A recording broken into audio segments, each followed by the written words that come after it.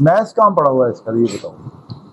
Sir head of pancreas में है। चले, अगर मैं आपको थोड़ा सा गाइड करता हूँ, इस जगह को देख लेना। अगर ये क्या है, ये ड्यूडिनम का पार्ट है और ये ट्यूमर अंदर गया हुआ है। अब हमारा और जो इस जगह को जरा इस जगह को लोकलाइज करें, इस जगह को, ये वाला थोड़ा सा इसमें भी नजर आ रहा है आपको, तो ये ट्यूमर आपको ल्यूमेन के अंदर गया हुआ नजर आ रहा है। अच्छा, हमारी राय ये है कि this can be a periampullary carcinoma. ये एक पेशेंट है हमारा which is a patient of obstructive jaundice. Recently एक हमारे बाबा जी हैं, he is going to be discharge today अल्हम्दुलिल्लाह, he has recovered from the Whipple procedure and now this is our second patient which will be operated day after tomorrow. On Saturday we are going to operate that patient.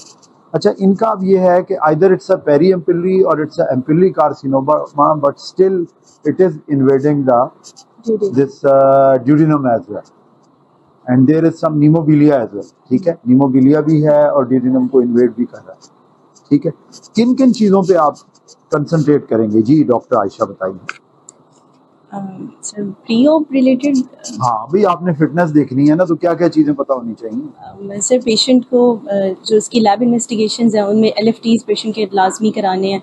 इसके अलावा LFT 7 पे है गालबन। जी sir, तो 7 पे मेरा ख्याल है को प्री ऑप स्टेंटिंग की हमें जरूरत नहीं है, क्योंकि 10 के बाद स्टेंटिंग की जरूरत होती है। और क्या चीज इंपॉर्टेंट है सर? इसके अलावा क्लॉटिंग प्रोफाइल कराना है, और हमें जो इनकी कोआगुलोपैथी है उसको हमें असेस करना है।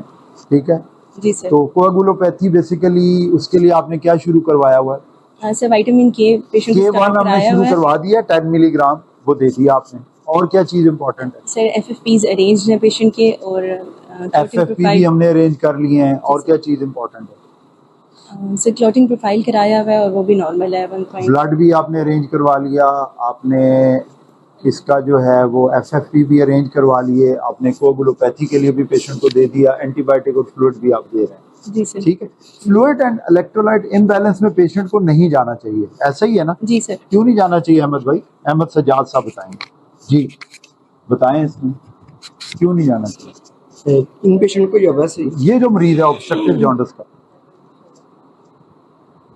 ये है कि अगर इलेक्ट्रोलाइट इम्बैलेंस होगा तो पेशेंट हाइपरकैलेमिया इस तरह से है, तो आप बताएंगे? चलें, बाजी बताएंगे।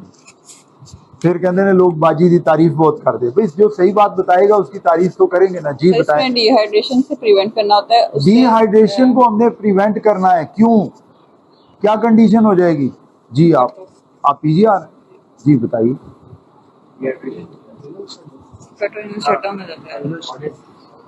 हाँ, जॉन्डिस बढ़ जाएगी, हेपेटोरीनल शटडाउन में जा सकता है पेशेंट। ठीक है, ये 3 मेजर काम है, इन्फेक्शन की चांसेस हैं, ब्लीडिंग के चांसेस हैं, हेपेटोरीनल शटडाउन के चांसेस। इन 3 से बचाना है हमने मरीज।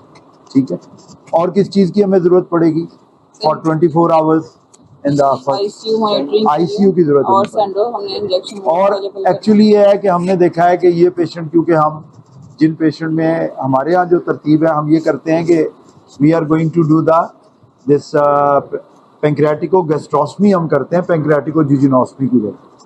तो ये सेफ काफ़ी है, time consuming, less time consuming है, लेकिन इसमें ब्लीडिंग के चांसेस ज़्यादा होते हैं, तो उसको प्रिवेंट करने के लिए हम सेंडोस्टेटिन भी देते हैं इन द अर्ली पीरियड। ठीक है, वो कितना देते हैं? तो हम 50 माइक्रोग्राम पर आवर के हिसाब से फर्स्ट डे, और 25 के हिसाब से उसके बाद इस डोज को हाफ करके 25 माइक्रोग्राम पर आवर के हिसाब से देते हैं। एंड इंशाल्लाह we are going to write on that also, we are going to write a paper on that कि इससे मरीजों को फायदा होता है। क्या क्या बेनिफिट होता है?